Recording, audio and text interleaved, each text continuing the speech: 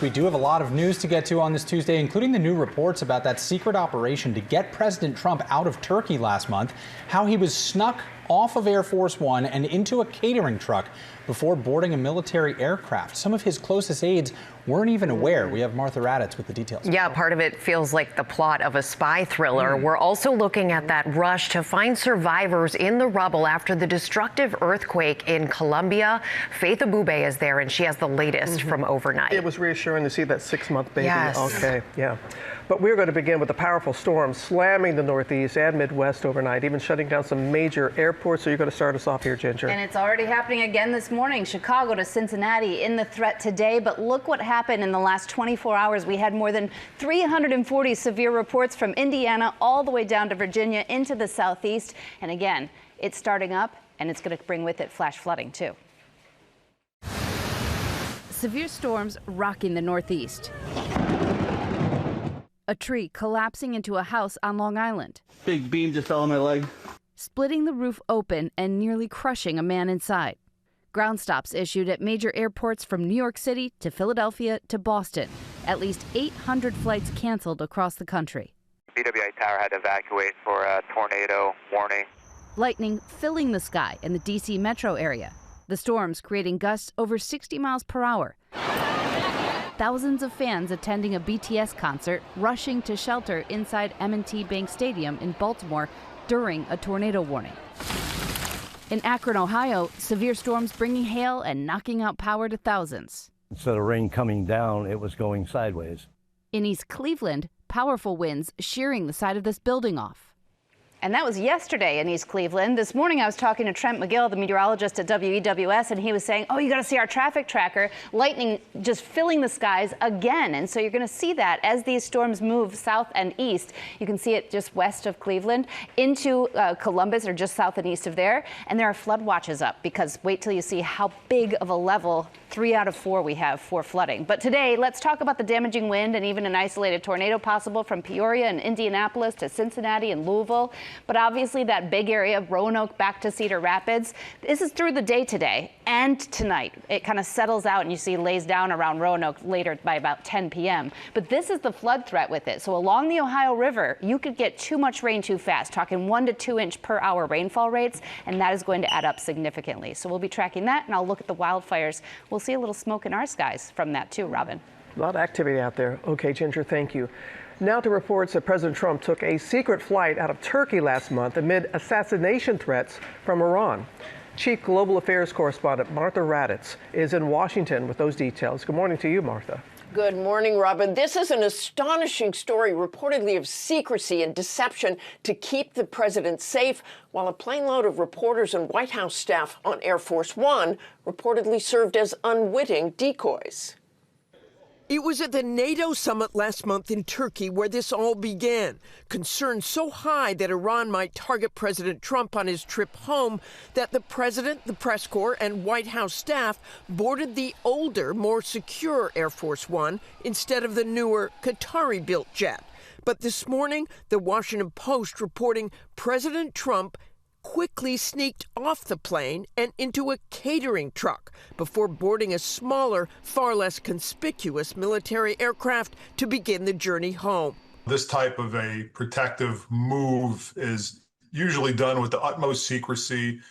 Very few people actually know what happens, and it really goes to the secret in the Secret Service, which is often when it does its best work. In video recorded that day, you could see as the president walks up the steps to Air Force One, waves goodbye, and as the camera pulls back, there is the catering truck just below the plane.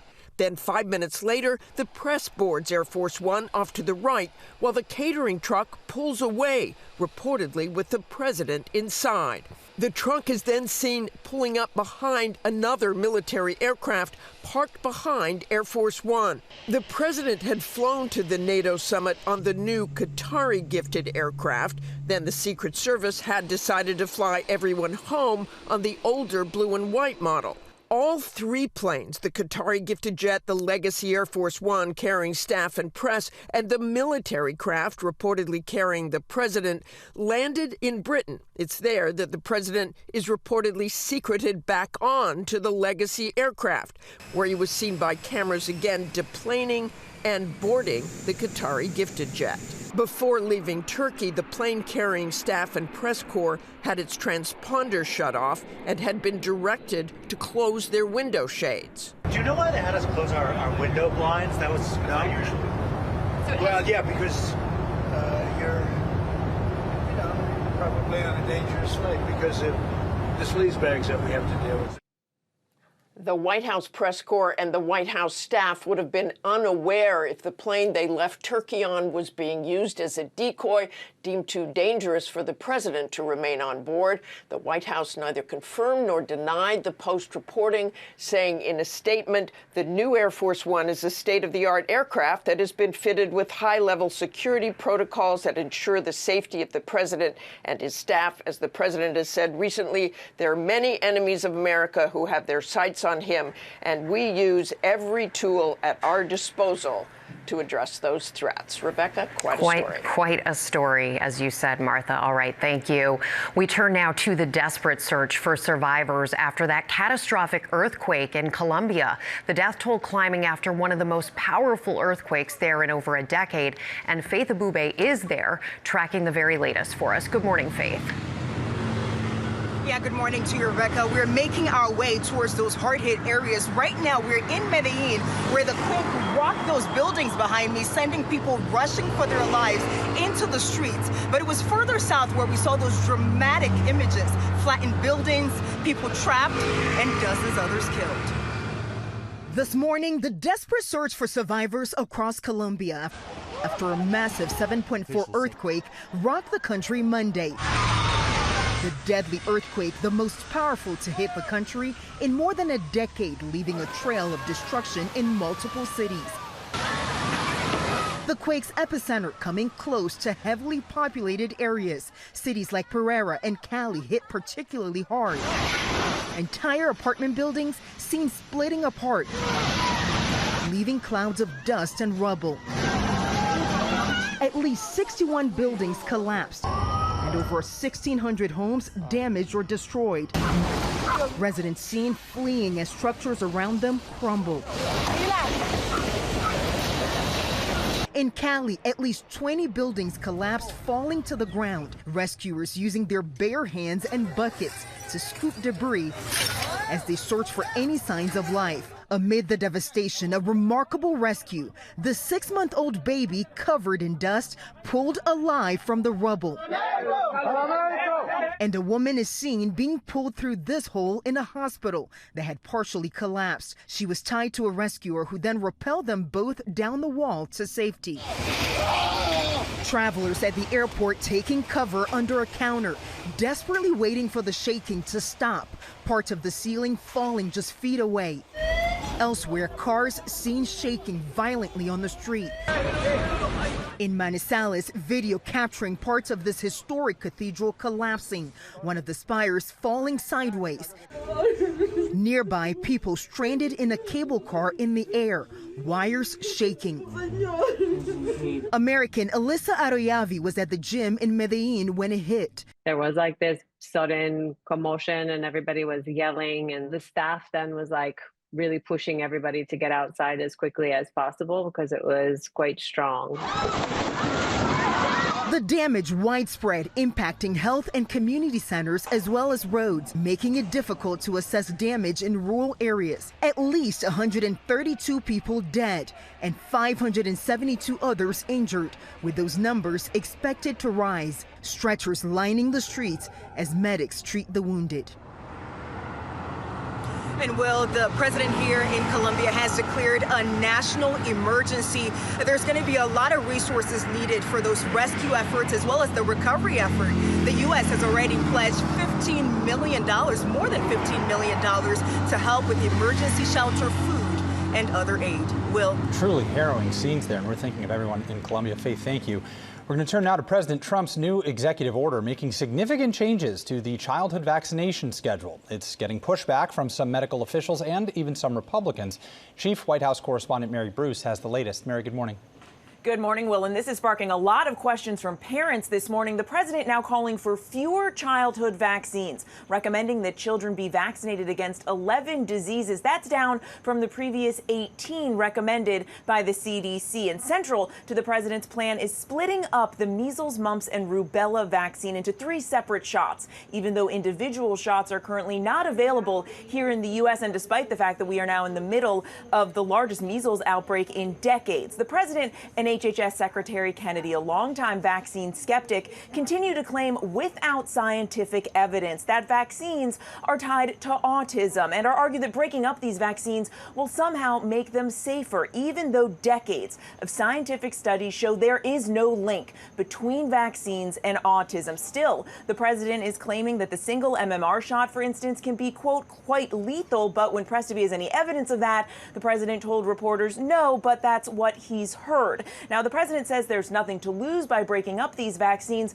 but experts caution that is not the case. They are warning that this new schedule could leave children more vulnerable to infectious diseases. And now one top Republican senator, who is also a doctor, is rebuking the president. Senator Bill Cassidy saying flatly this executive order is wrong. The president does not have the expertise to make these changes, and warning that they will increase hesitancy and make children less safe. Guys. All right, Mary, our thanks to you. And as you said, a lot of parents have questions this morning, so let's bring in our chief medical correspondent, Dr. Tara Narula. These new recommendations, are they backed up by any evidence?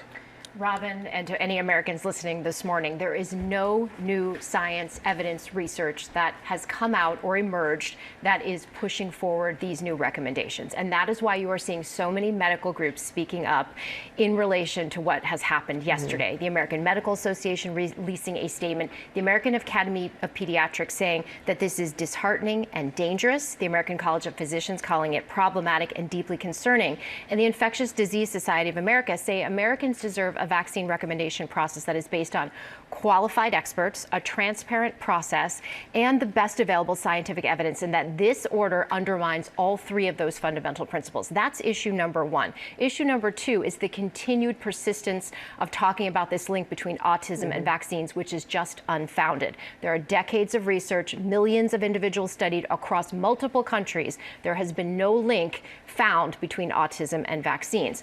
The president saying yesterday this will cause no potential harm, that nothing bad will come from this, but actually experts say that that is not true. This may fuel vaccine hesitancy, confusion, and fear. Parents may have to pay more copays, take their kids to multiple visits, more shots for kids, leaving them vulnerable in those intervals to infections. And right now there is no separate 3-shot MMR vaccine. There's just the single shot. So how would this new recommendation work and when? Correct. So there is no company right now that is making 3 separate shots. So that would take time and years of developing these shots. It would take investment from pharmaceutical companies, the research submission to the FDA for approval, and then rolling that out. So this is not something that would happen right away. I think as a parent, you just want to do what's right for your kids. So what is your advice as a doctor? Yeah, so these recommendations are not binding. The CDC does not have to follow through on this. However, it does mean that the states may change their policies when it comes to school immunization requirements or recommendations. Parents, the best advice, as always, speak to your trusted pediatrician, your doctor. But if you don't have a pediatrician, if you don't have a doctor, what should a parent do? So a lot of groups like the American Academy of Pediatrics or Infectious Disease Society of America are probably going to be the ones that now people are turning to see what do they have to say, what are their recommendations, as opposed to listening to the government. Thank you for clearing that up. And that is a great point, Robin, because not everybody has the doctor to talk to. All right, Dr. Narula, thank you. We're going to go now to a scare in the skies after a bird strike forced an American Airlines flight to make an emergency landing just after takeoff. Our transportation correspondent, Gio Benitez, is at Newark Airport. Good morning, Gio. Hey, Rebecca, good morning. Yeah, just imagine this. You're on this packed plane, you're flying to Charlotte, you think everything's fine, when all of a sudden, over water, flames start shooting out of the engine.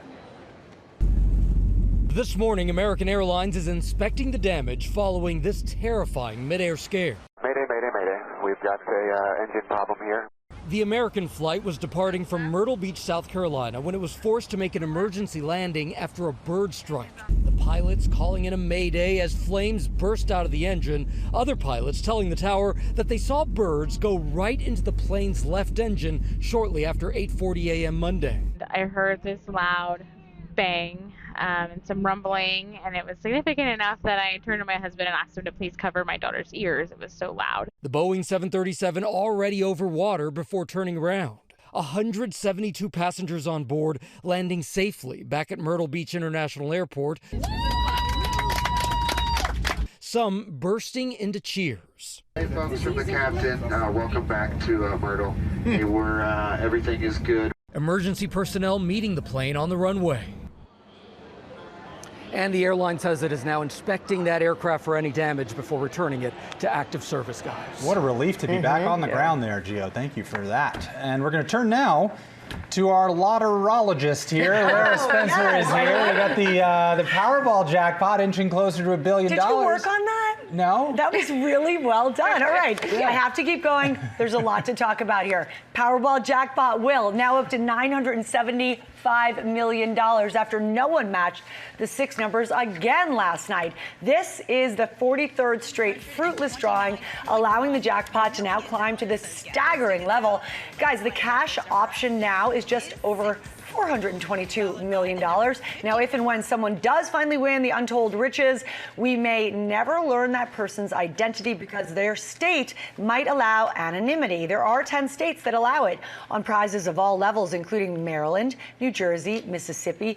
But 23 states, including New York, California, and Pennsylvania, do require people to be publicly identified. Now, the rules vary in other states, but even if a state does not allow anonymity, some people set up an LLC or a trust to claim the prize in their name or in that name. States that do not allow winners to remain anonymous say they just do it for transparency, letting the public know that a real person did actually win all of that money. The next drawing is tomorrow night. I'm giving you all this information because please, someone win. Yeah, You're getting a set. Yes. No, we can't come up with any other ways to tell. It's unbelievable.